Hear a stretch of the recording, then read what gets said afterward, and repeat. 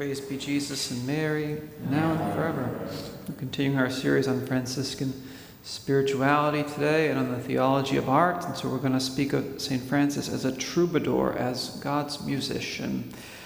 Music itself couldn't remain aloof and removed from a spirit like that of St. Francis, who was so sensible to the harmony of the universe. Music is the highest human expression, and it's almost immaterial as well.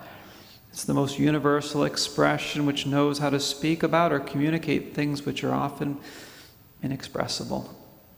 When Francis was still young and he had knighthood on his mind, he was the king in the life of the party, and he loved to sing and make music. And then when his love and his hopes and aspirations were turned towards God, Francis still expressed himself through song.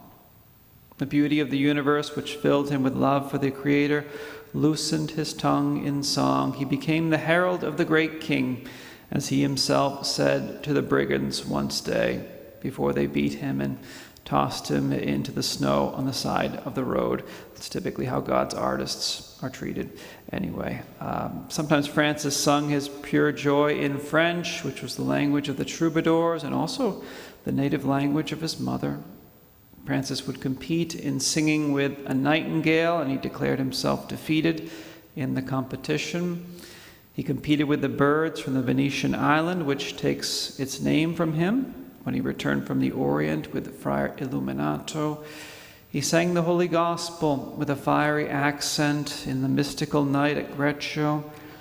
His voice, which Thomas of Celano called robust, sweet, clear, and sonorous, spread through the woods and resonated among the cliffs as it filled the hearts of those simple farmers with wonder and joy. He was a new and original minstrel who sang when love inspired him to do so. Tanto è bene che mi aspetto che ogni pena mi è diletto, he would chant, which is so much is the good that awaits me, that every suffering is delightful to me. So songs of profane love became for Francis expressions of divine love and an encouragement to raise souls to God. Francis gave a specific spiritual and apostolic function to song. He even ordered his friars to have hymns and songs sung after their preaching. And when people were singing simple love songs, St. Francis sent his followers there to sing of the love of God. He said, "We are the minstrels of the Lord, destined to raise the hearts of men to God. We're servants of God and heralds of the heavenly kingdom," he would say. And the Canticle of Brother Sun was put to music by Francis himself, and he also put together other instrumental themes to give comfort and encouragement to the poor ladies of San Damiano, the poor Clares. Unfortunately, those hymns have actually been lost to us. The Canticle of the Sun does have its own grandiose and solemn music to it, a melody which is also simple and lean, fresh and joyful, like water that comes from a spring and runs along the rock with a light whisper. On the background, which is ardent and devoted, the dominant note from which at times comes a more robust and stronger note, there runs a clear melody to raise the hearts of men and guide them to spiritual joy, as the mirror of perfection relates. When St. Francis couldn't contain the musical wave that wrapped and invested him, Celano writes that he would pick up a string from the ground, a stick from the ground, and put it over his left arm, while holding a bow bent with a string in his right hand, drawing it over the stick as if it were a viola, performing all the right movements, and in French would sing about the Lord. And in the moments of greatest divine intimacy or suffering, he would stop and listen to music and would desire it. The friar whom he requested to sing once was ashamed and refused to satisfy him because of an inopportune zeal, as Father Ciccarelli describes it. But during the night, God himself consoled his servant Francis, having him listen to a marvelous and most sweet harmony on the harp. And the following morning, Francis said to the brother, he said, "I wasn't able to listen to the harps of men, but I heard a harp which was sweeter than all of those."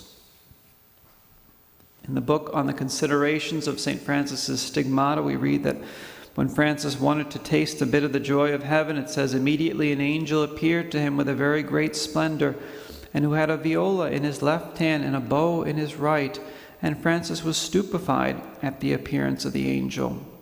The angel strung his bow once above the viola, and immediately such sweetness of melody soothed the soul of Francis, and so suspended him from every bodily feeling that he thought that if the angel had pulled the bow across the string again, for the intolerable sweetness, his soul would have left his body, unquote. And in the last days of his wonderful life, even amidst physical sufferings, Francis sung hymns of praise, and he invited his companions to unite themselves in his singing. At the coming of Sister Death, he commanded Friar Angelo and Friar Leo to sing to him the Canticle of Brother Sun, and then to intone the psalm, Voce mea ad Dominum clamavi, with all my voice I cry to the Lord, Psalm 142, verse 1, while a flock of larks circled around the humble cell and seemed to echo and accompany his last song. So in the life of our saint, really nothing was lacking, not even art, which found its root in its nourishments in the simplicity of his faith and exalted itself in the incandescence of love. There is in St. Francis the grace, the sensibility of temperament, the gusto of music, the admiration of nature, the harmony of peaceful qualities, and an ardent aspiration to the things above, as one writer states. Francis's life is a little human gospel which reflects the divine gospel of Jesus, a gospel which is small and penetrating, warm with love, luminous with piety, sprinkled with tears, with poetry, with music, with song. To the ideal of such a saint, nothing can be denied and everything is given, body, soul, life. Let's ask Our Lady for the grace to have in our lives and in our hearts a fulfillment of that divine and musical harmony which was part of the life and the death and afterlife of our seraphic Father, St. Francis of Assisi. Praise be Jesus and Mary, now and forever.